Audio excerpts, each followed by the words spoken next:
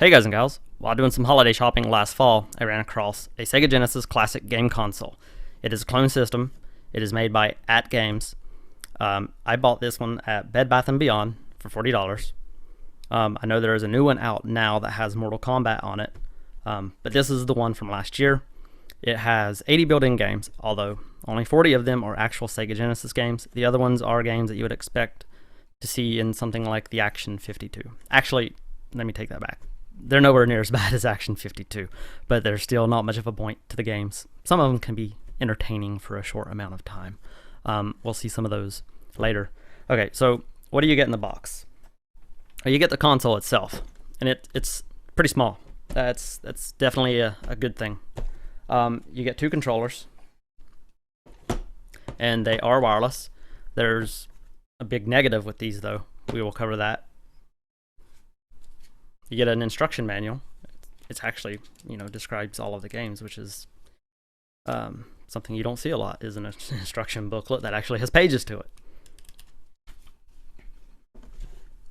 And you get the AC adapter, which is basically just like a cell phone charger. And I think you get this. I'm not sure if it came with it or if it's one that I already had. As you can see, the system only supports mono, which is rather unfortunate. All right, so let me clear all of this stuff off. Okay, so let's start with some of the pros of this system. So it's small. We already talked about that. The price is pretty low.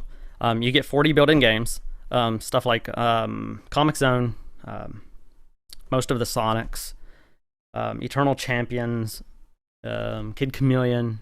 There are several others. There's some pretty good games on here. Some that might be a little difficult to find in the wild for a reasonable amount. And then you get 40 games, which are not the best quality of games. Maybe they'll be good for a little kid. Another plus about this console is that it supports actual cartridges. So if you have a collection already, you can play most of them on here. Several games are not supported. Sonic & Knuckles works, but you can't play another game through it using the lock-on technology. Same thing with the Game Genie. The Game Genie will load, but it won't load a game through the Game Genie. Several other games I tried didn't work. That was X-Men 2, Clone Wars, Wiz and Liz, Super Street Fighter 2, and the others that I just mentioned, like the Game Genie and whatnot. All the other games I tested worked. That includes almost every EA Sports title that I own, both Toe Jam and Earls, all of the Sonics, Hard Driving, Phantasy Star 2, Boogerman, NBA Jam, and Shaq Fu. That should probably go under a con. Okay, so what are some other benefits? So the controller, it's pretty light. I know that in my Amazon review, I said that was a con, was that it felt light and cheap. But now that I think about it, being light actually is probably okay. It's the 6-button controller, which is good because there are some fighting games on here like Eternal Champions. With all the punches are up here and the kicks are down here, so that's needed. I don't see a mode button, so that could be problematic. And since I have the controller up here, let me go ahead and talk about the cons. The menu button is right here. If you just tap it, it will not take you back to the menu. But if you hold it down for like a second or so, it will take you back to the menu. Except if you have a cartridge in the system, it will just restart the system. So don't accidentally hold that down thinking you're pressing start, or you start all over. The biggest con with this is that it uses infrared to communicate. So it's like an old school remote control to a TV. You have to be pointing at the system. If you lift it up like this, it will not work because this edge right here, the thing is sunk in, and the edge will keep it from having a clear path to the receiver. If someone walks in front of you, same problem. Also, let me grab the one that actually has the batteries in it. So this light, anytime that you're doing something and you hold down a button, it will blink. I'm sure that's not good for battery life, and I don't even know what purpose it serves. And the batteries, you need a screwdriver to change them.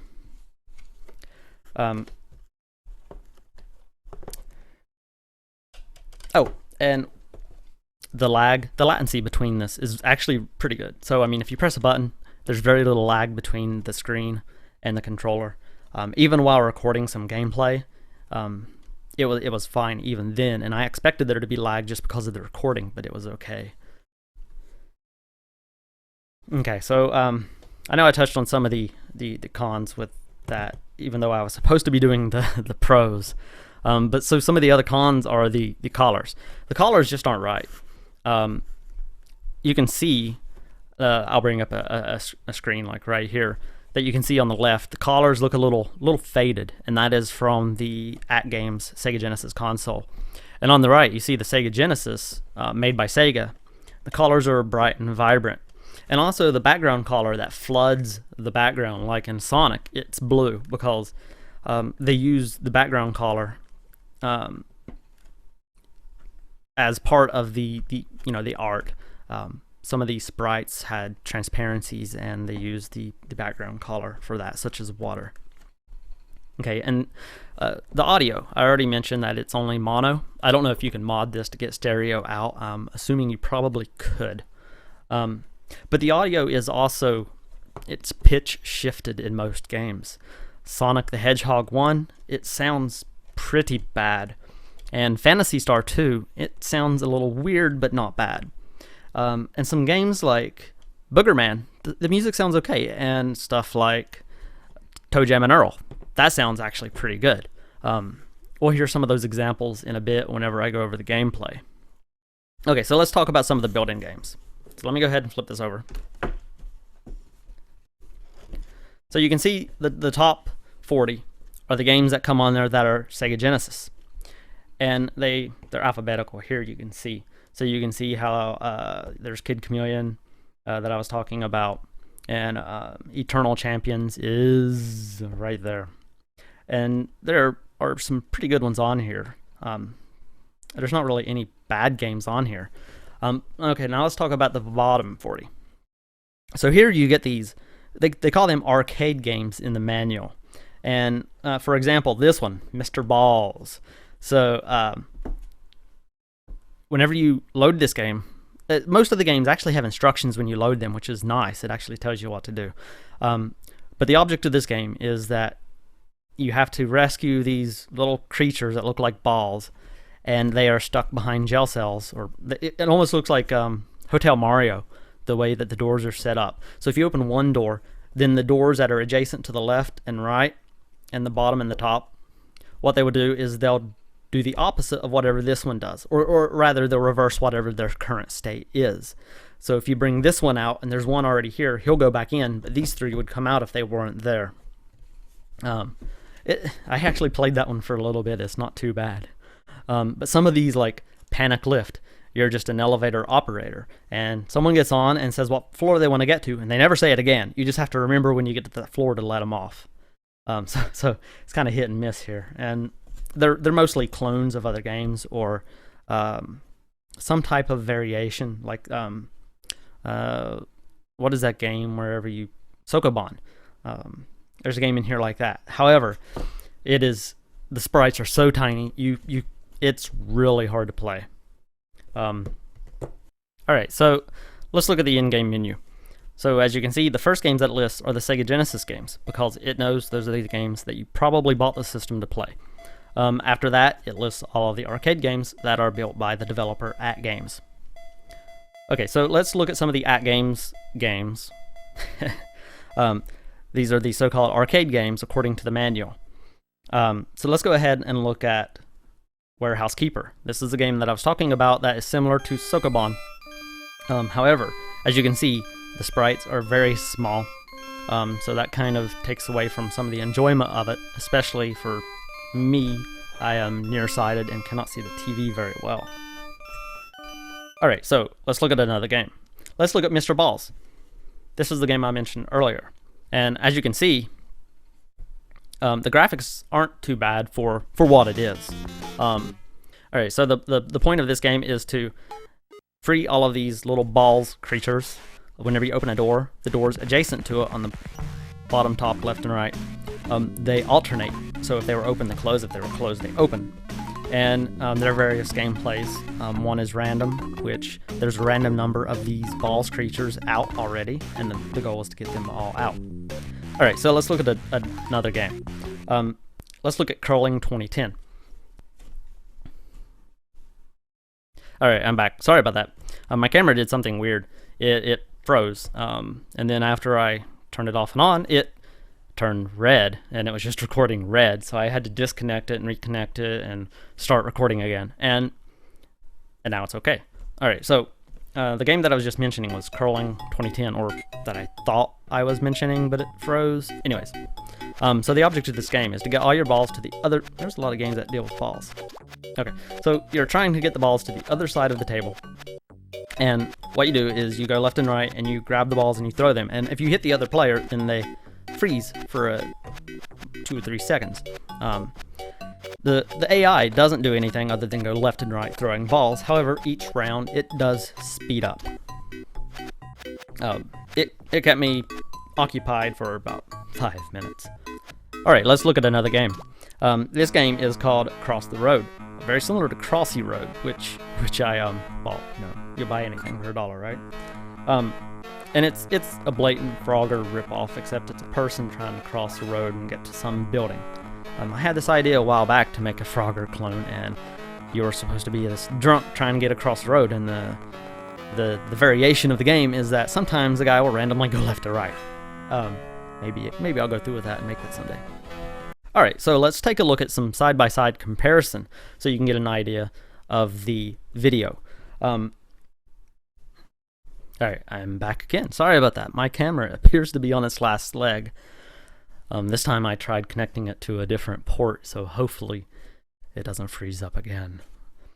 Alright, so let's look at some games side by side. So on the left side, I will put the AtGames Sega Genesis, the console that we are talking about here. And on the right side, I have a Model 2 Genesis, which I will record some. I know the audio is not the best on the Model 2, but it's certainly better than the AtGames, especially since it's stereo. Alright, so the first game that we're going to look at is Sonic the Hedgehog 1. So let's go ahead and listen to the opening Sega when it says Sega. So on the left side, we will have the AtGames. Sega! Okay, and on the right side, we will have the Sega Genesis. As you can tell, the sound does sound different. And also you can tell that the brightness on the right is much greater. It's much brighter colors. Okay, so let's listen to about 5 seconds on the left for the AtGames.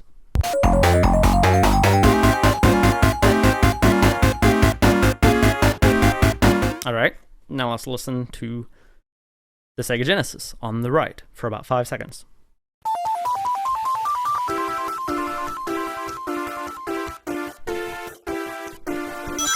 Alright, so that's Sonic. Alright, the next game that I would like to try is Toe Jam and Earl, Panic on Funkatron. It's one of my favorite games. Alright, so let's listen to some audio on the left.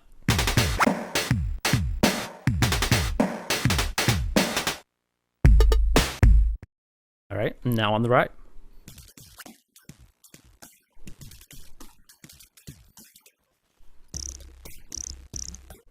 So, as you can see, that game, it doesn't suffer too bad from the audio. Alright, so now...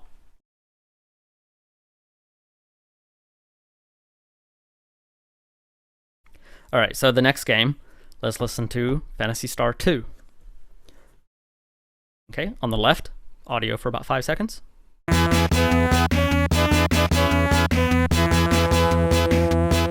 And on the right for about 5 seconds.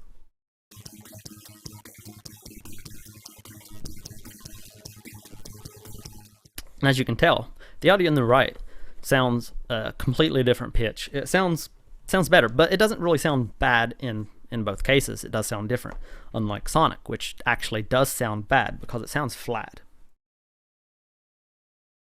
Alright, so, and the last game we'll compare is Boogerman. So let's listen to some audio on the left for about 5 seconds.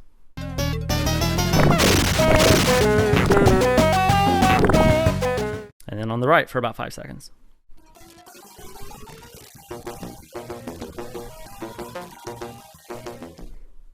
Alright, so that's enough gameplay footage for now. I'm a little hesitant to put up the audio for those. I'm afraid of a copyright strike, but there is really no other way to compare the audio other than to take my word for it, but I would like for you to hear it for yourself, that the audio is not perfect on this. So for a collector that wants to play Sega Genesis games on a smaller console, this is probably not the console for them. So would I recommend this to someone? Well, it depends. Like I said, if they have fond memories of 16-bit era games, particularly Sega Genesis, probably not. The off-key music will probably put them off, and if they have a bunch of cartridges already, they probably already have a Sega Genesis to play them on. So the cartridge slot isn't the biggest selling point because those people already have a Sega Genesis. But for the right price, I would get this for someone, especially a little kid, or someone that's just a casual gamer that just wants something on the big screen. Alright, so if you think I missed anything, please leave a comment down below, and I'll be sure to reply with some type of update. I'm sure there's something I missed. I've recorded this probably 10 times now, and each time I notice something that I miss. So, as always, thanks for watching. If you enjoyed this content, please leave a like and a comment down below, and I will see you next time. Bye. God damn it.